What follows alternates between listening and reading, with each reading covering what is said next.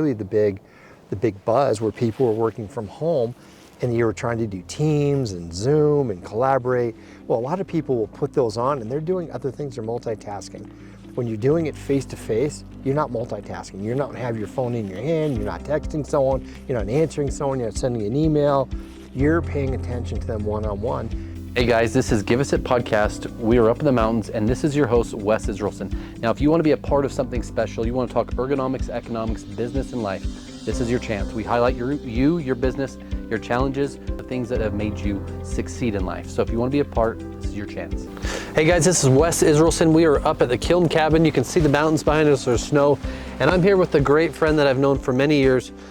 Someone who helps our business grow. His name is Richard Weiss. And you know, before we really start into who he is and what he's done, I just want to give you guys a little bit of insight to how amazing he is. So when I first got into the furniture world, which is 22 years ago for me, and I got into new furniture sales, you know, when I've had my first daughter, my princess, who's Bryn, she's 8, this guy, I'm trying not to cry, but he helped set up the first college fund for my daughter.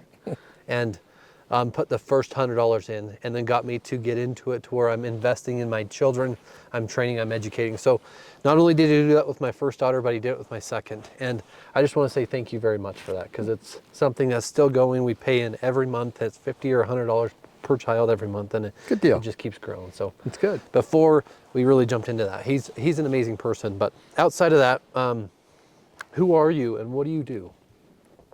Sir? So I'm Richard Weiss.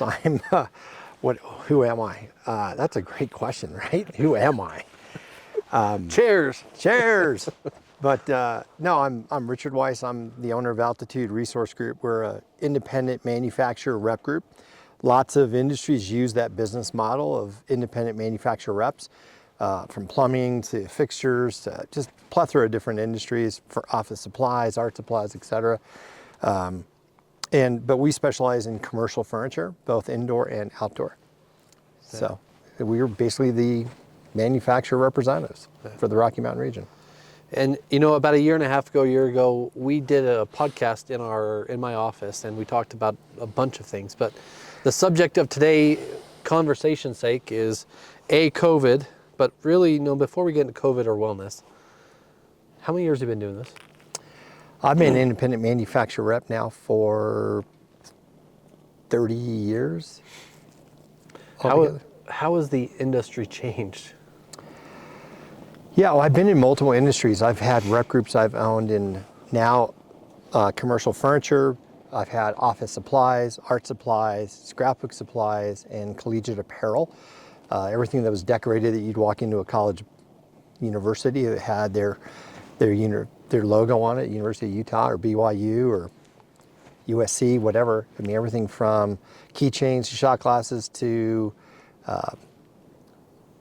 backpacks, beanies, sweatshirts, t-shirts, boxer shorts, socks, everything. So I've been in multiple industries and it's been evolving for sure. But at the end of the day, it's really business. People buy from people. So you can talk about how Amazon is really moved in and all those, and it really has changed. But in a lot of businesses, people still buy from people. And I think that's the key, really. And really, going back to what you said before, I was just trying to show you that whether it's business or your wife or your family or your own personal life, you have to make investments. You have to make an investment, and showing you to opening up your daughter's college fund was really just showing you that it's important to make investments, both in your retirement, both in your children's education, both in your own knowledge and learning, from reading books to listening to podcasts, just making investments. And outside of that, you know, COVID pushed people home. For us as an industry, office furniture world, it changed the way manufacturers worked in some ways. It changed the way dealers worked. It changed the way businesses function. If we talk about office and wellness, what does a business owner listening today really need to pay attention to in the wellness sector? Well, I would say business owners need to, more than ever right now, they need to make an investment into their employees. They need to invest in their employees. Their number one asset that they have or should have or they view they have should be their employees. And if you're not willing to make an investment in your employees, you're going to have problems with talent retention and talent acquisition. Interiors of buildings, in the offices, has a lot to do with whether the people want to come back to the office. You know, they're used to working from home for the last 4 years. That they're in their office, it's quiet. They got little music maybe in the background. They're comfortable. They're wearing their fuzzy slippers with the bunny ears on them, right? They're just totally comfortable in what they're wearing and where they are. And now the companies are asking them to come back to the office, and they don't want to come back to that sterile, blasé, noisy office where they can't concentrate. They can't. They just can't concentrate. They can't function. So in the wellness now, what's the big buzz is really noise pollution inside the office and acoustics and having the right acoustics so that when they do want to have downtime and focus on doing a presentation or focus on doing a proposal or working on a spreadsheet or whatever they're doing, they need downtime. They need to be able to go someplace in their office to be able to sit and have that space and that place respected, that this is heads down time. Yeah. And I think that, you know, a big clarification that we should say out loud is, you know, as businesses, COVID changed, people went home. Yeah. The average homeowner in America who works from home doesn't have the space for an office, generally. Yep. Doesn't have the budget to buy an office at home. Right. Doesn't even have the money to spend $300 or $400 or $500, $800 on a chair. That'll change the way they sit. Yep. Right? And even then, if you don't have a chair mat and you're on carpet, hair gets caught in the casters. Talked about earlier, they push back, they break the caster, chair falls over. It's a workman comp issue. Like, there's so many things Yep. that businesses aren't understanding either. Right. What would be another thing that businesses today, even architects, are looking at doing? Like, what's a big thing that they're trying to get people to do inside, outside of the office? Like, what are they building? What type of furniture are they using? Or what type of, you said the word the other day, and I don't remember exactly what it was. It's not necessarily furniture, but it was fixed to the ground. So there's there's outdoor furniture, and then there's site furnishings. Site furnishings is furniture that's bolted to the ground. Okay. But people working at home, they worked at home, they're comfortable at home, they feel safe at home, they feel safe that they're not going to get sick. A lot of people coming back to the office want to know that the offices are going to be healthy for them. And a lot of companies, luckily enough, have outdoor space, and they want to be able to work outside, get some fresh air, or bring the outdoors in. And by doing that is by design, by having, you know, plants in your offices, by having natural wood in your office, things of that nature that kind of brings that wellness together, as well as having head down space, having space where you can go, whether it's a booth or a phone booth to be able to make a phone call. Yeah. You know, if you get a phone call and you got bad news and Johnny was bad at school and the principal is calling to tell you that your son is in trouble, and you know, do you really want to share this conversation with 32 of your coworkers all in an open space? Yeah. Or do you want to be able to walk up and take that phone call in a private place, have a little privacy? And again, that's having the business owners making investments in their employees so they feel comfortable, they feel safe, they feel that they can go and have that conversation, whether they're talking to the principal or they got a phone call that their mom's doctor just called and mom's not doing well, and you need to have that private conversation. So I love what you said, because the acoustic side of the office, so we have a phone booth, we've had a couple on our showroom, and it's amazing how much our team uses them. sure. We're super close. We also have a couple little offices, but generally the openness of that causes people to go to the front of the office, away from people, and or jump in a phone booth that allows them to have those private conversations or those one-on-one meetings, or even, not saying hire or fire, but an area to do constructive criticism. Yeah. How can they do their job better, and they don't need everybody in their team to know that they're being, I don't want to use the word reprimanded, but counseled or told how to do something better, or that you handled it this way, and here's 2 other options you could have done and handled it a little bit better or a little bit differently. Yeah. And that constructive criticism needs to be done by managers to their employees all the time and done in a constructive manner. But how and where can they do that? is important as well. Yeah. And we're in Utah, right? So and you're in Colorado. Yep. But you see snow behind us. So at times it's cold to be outside. At times it's hard to be outside. But there's outdoor furniture with glass barker boards. There's outdoor furnitures with different acoustics options, and or it's bolted to the ground. It gives you the cafe style. Like all of these things come into play because it creates a connection place. Yep. For the team. I was just in Cologne, Germany at the Orgitech show, and it was wintertime, and you'd be amazed that everybody's wearing exactly what I'm wearing right now, and they're at an ice cream shop at night, they're at a cafe in the middle of the day, they're at a coffee shop in the morning or even the evenings, or a restaurant. They're outdoors all the time.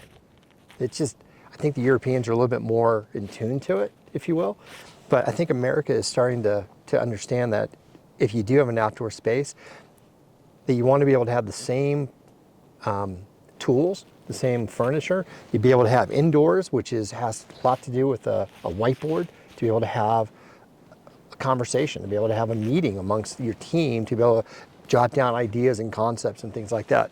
So why not do it outdoors? Well, why be relegated to just that conference room? Yeah.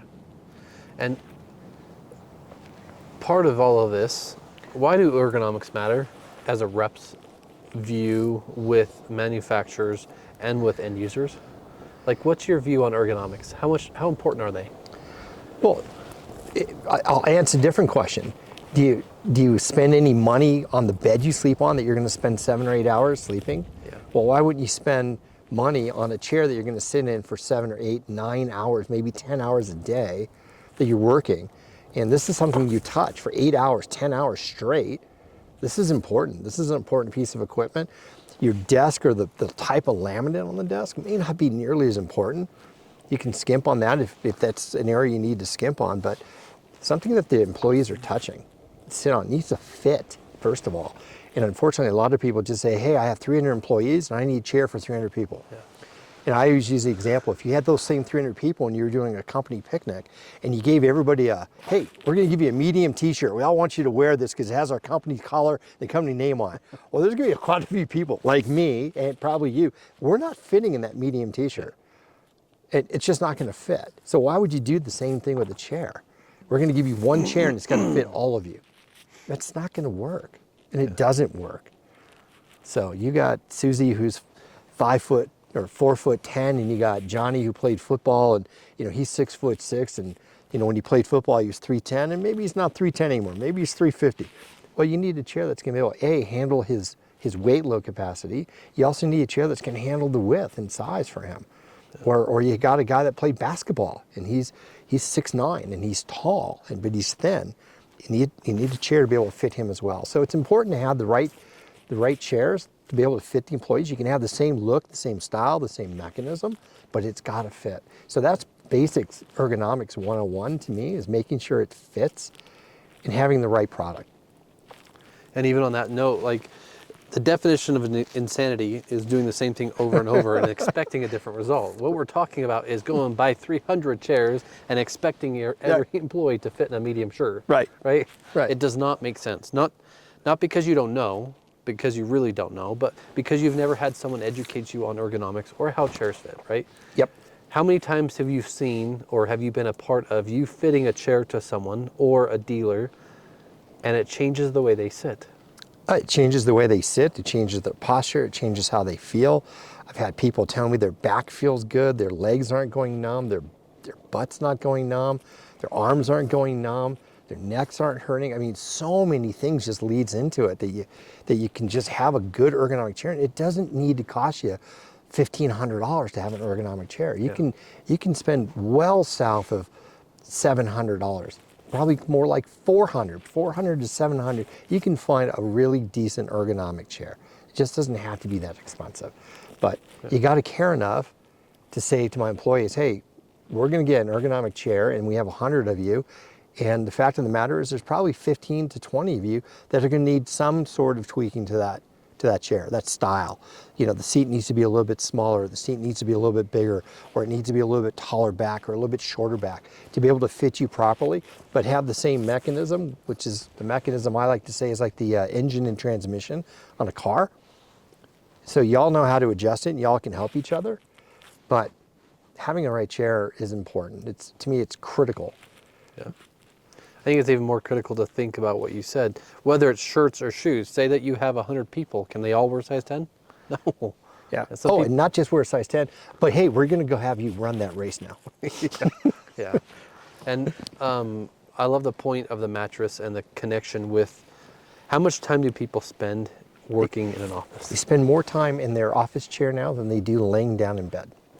Yeah. So I think if you think about how much you spend for your bed, that's probably about what you should be spending for a chair. Yeah. And when I say I look up to this guy and I really respect him, it's an understatement, because I've been able to be to multiple manufacturers, go through ergonomics training, be a part of something different, and it's also helped me as I broke my back when I was 16. So I paid attention to ergonomics, but I didn't understand what that meant. And now going through training, learning from him and multiple manufacturers about chairs and how to fit people, it's changed the way I view ergonomics. It's why it matters to me. It's why it matters to us as a business. It's why our podcast is called Give Us It, because we care about the way people sit. If you call it give us it, I'd almost call it like make an investment. It's just a small investment.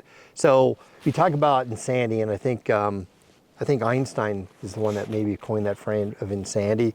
You would expect doing the same thing over and over and expecting a different outcome. I think Einstein also made the comment that the law of compound interest, those who understand it benefit from it, those who don't pay it.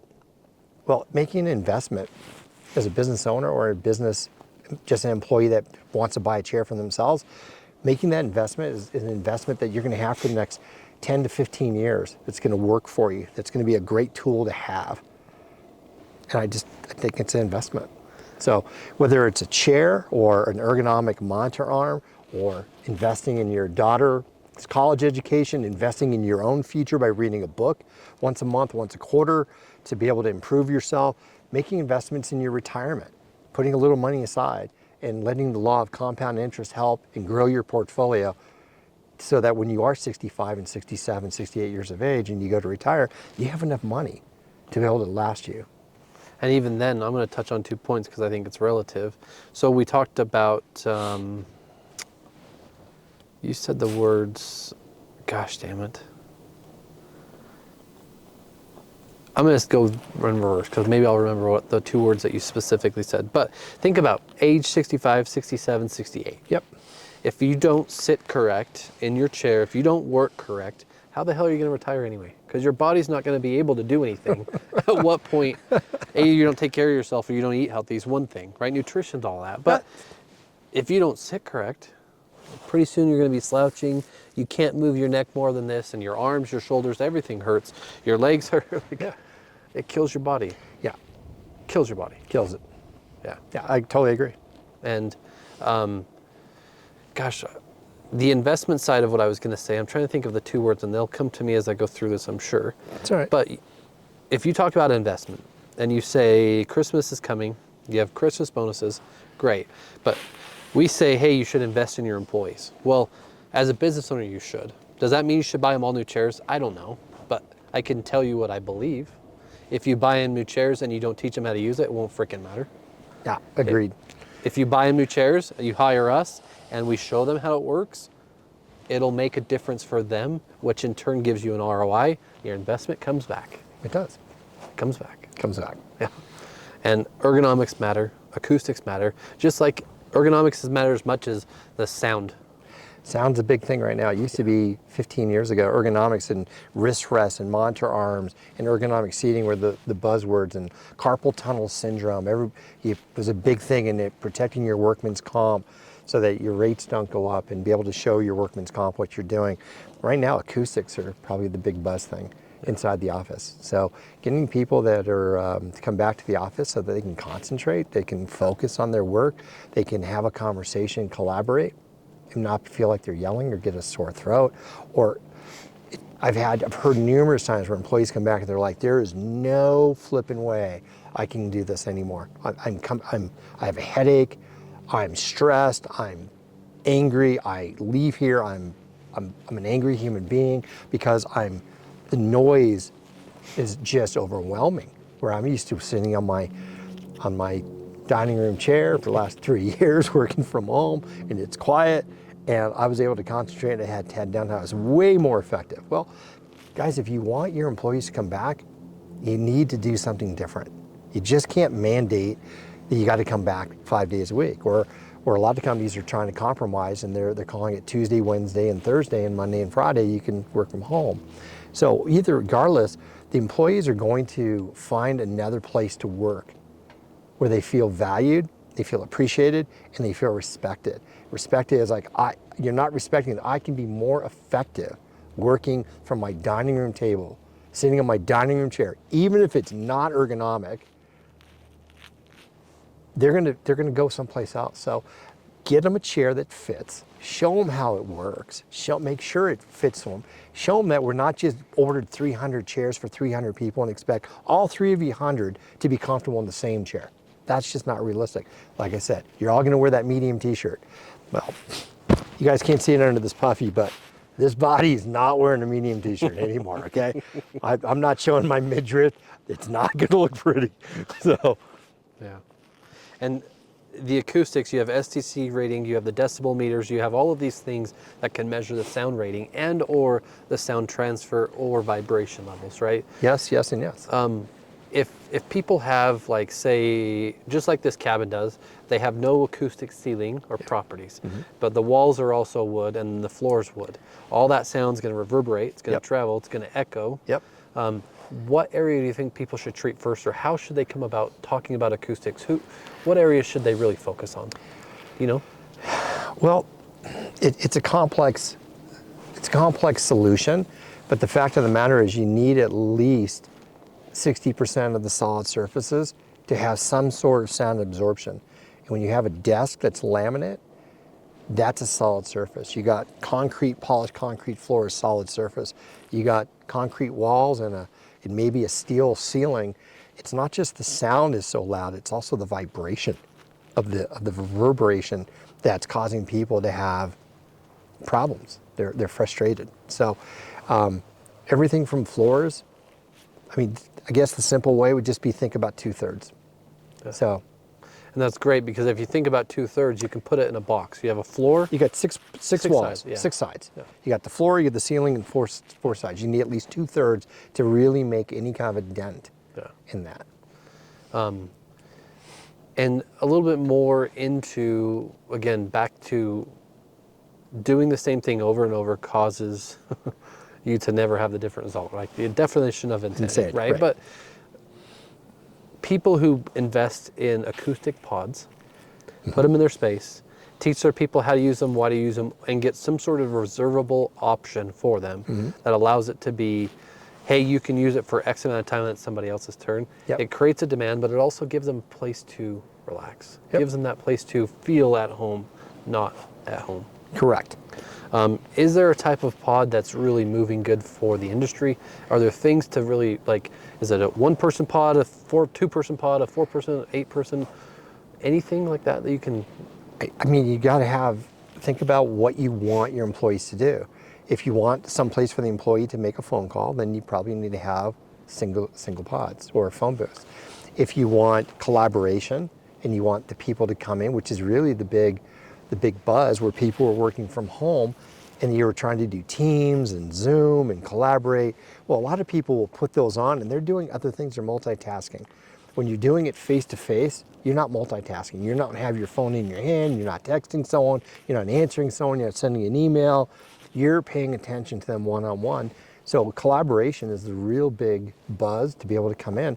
You're losing the older generation where they have all that knowledge base and they're not sharing that knowledge to the younger generation by collaborating, by working from home.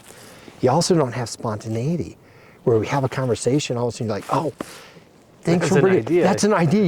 You just triggered something in me. We were just talking about, and this is a great idea. We're just spitballing, but I want to go with this for a little bit and talk about, oh, that's a great idea. Let's work that up, work up some numbers, and let's see if that has any legs. Yeah. But you lose that spontaneity by not having communication, the 1-on-1 or the 2-on-2, the 4-on-4, the 6-on-6, and getting together in groups. So those pods make it make it beneficial. And they're tax efficient as well from a financial standpoint. You can build them. It's called conference rooms. That's what they were building. You're building 4 walls and a ceiling, and you got to put in your HVAC and electrical, and you got the drywall guys, the tape and texture, the painter to come in, the construction guys to build it.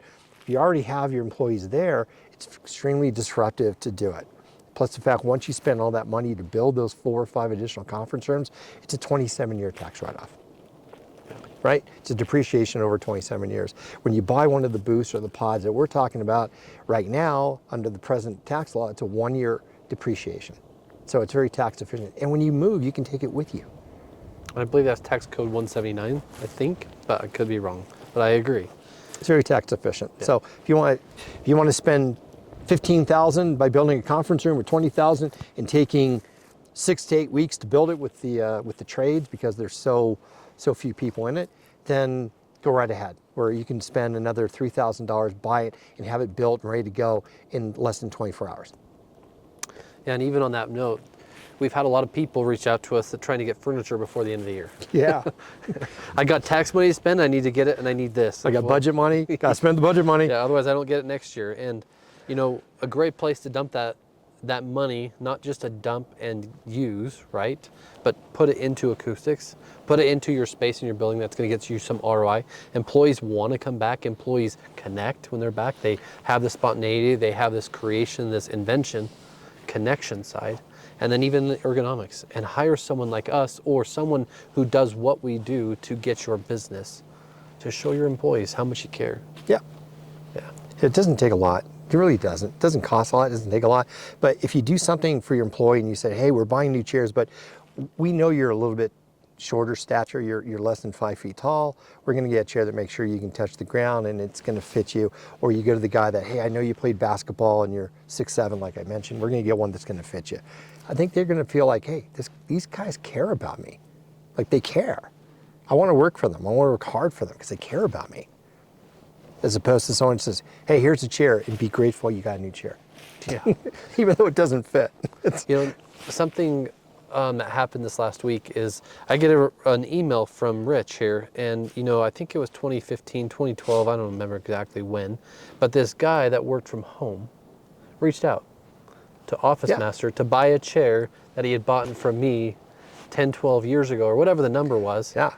And oddly enough, what did he say? It's the most comfortable, most ergonomic chair, and this other company buys nice chairs. They buy nice chairs, but yet this chair is what's fitted to him, so he knows how it works. So it does make a difference. It does make how you work different. It does. Yeah, it was just one chair, but still for him it was important because he really wanted that one chair, and he moved from his old company to a new place, and he wanted that same chair. Yeah. So. It was really cool that, you know, after years of doing this, people come back, they remember. And if you've ever been fitted for a chair, which most of you haven't, but if you have, it changes everything.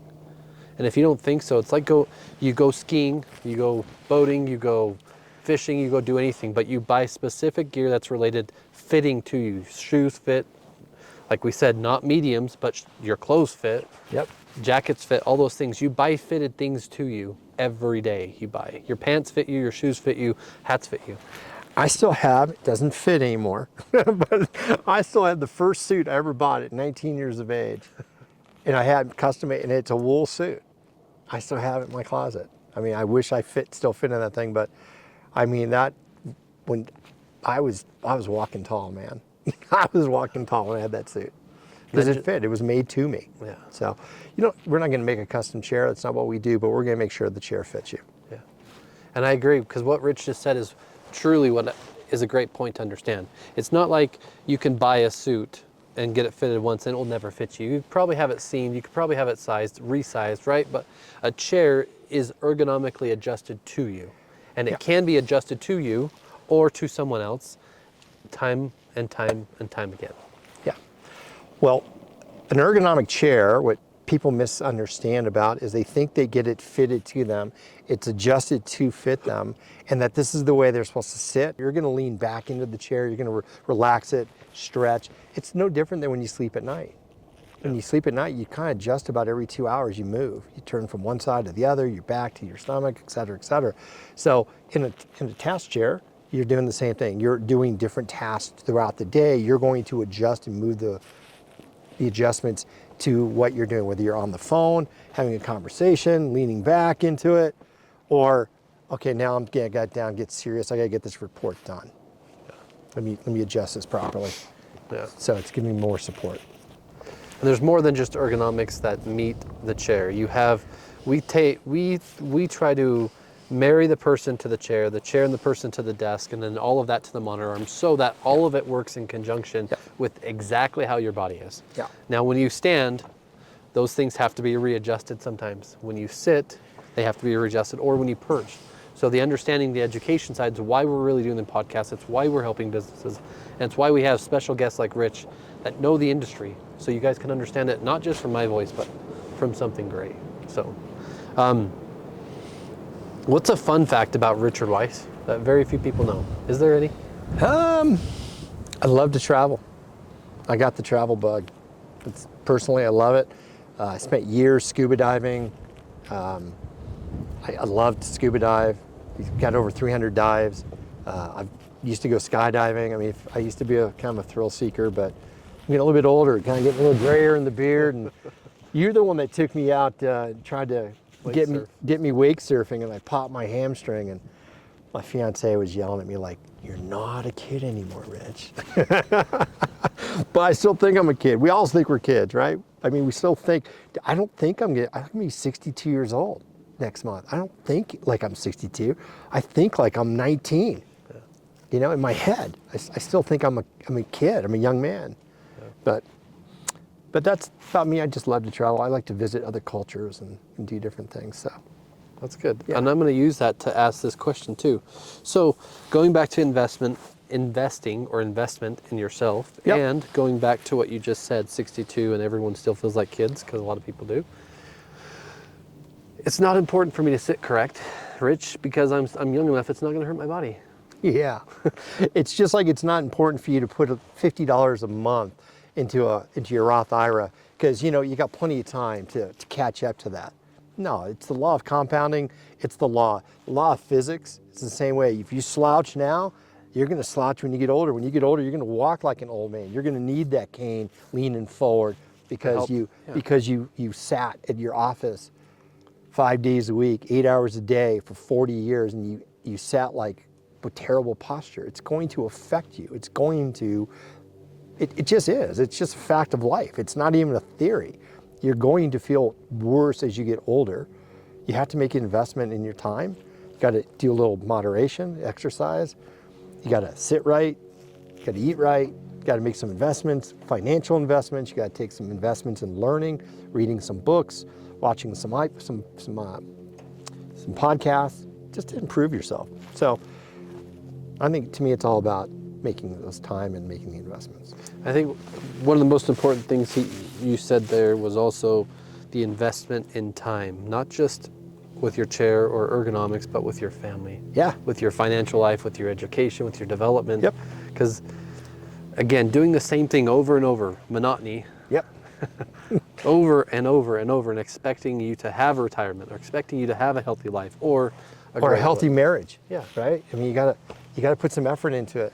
Yeah. It just takes time and effort. So, look, I don't want to sound preachy about everything, but to me, they're all the same. Whether you're spending time with your children, spending time with your grandkids, spending time with your wife, spending time to learn and grow, spending time to be a better employee or be a better boss, offer, and so people stay with you and don't leave. It just takes a little bit of investment. They don't have to give up. It's all finding balance. Life's about finding balance. So get a good chair that's got good balance to it. Yeah. Get a good monitor arm. Find a good office furniture dealer that can, like you guys, that can help you with that. Yeah. Is there anything that anyone listening can do for you? Anything that you need, or Richard Weiss or Altitude or Tom needs, anything like that? I mean, jokingly, you can always say, you want to send that check or Zelle, they give me that $1 million, I'll give you my phone number. But no, I'm good. I have my health. I have the health of my family. We're keeping the wolves away from the doors. We're traveling a little bit. We're seeing the world a little bit. Having good friends. Yeah. You know, so I feel like I'm a good place. I feel like I'm blessed, and I wish you all the best. And if this is going out before the holidays, I want to say happy holidays to everybody. So enjoy your families, be thankful for what you have, and find balance. And guys, this is Wes, this is Rich, and this is Give Us It podcast. So thanks It. for your time. Peace out.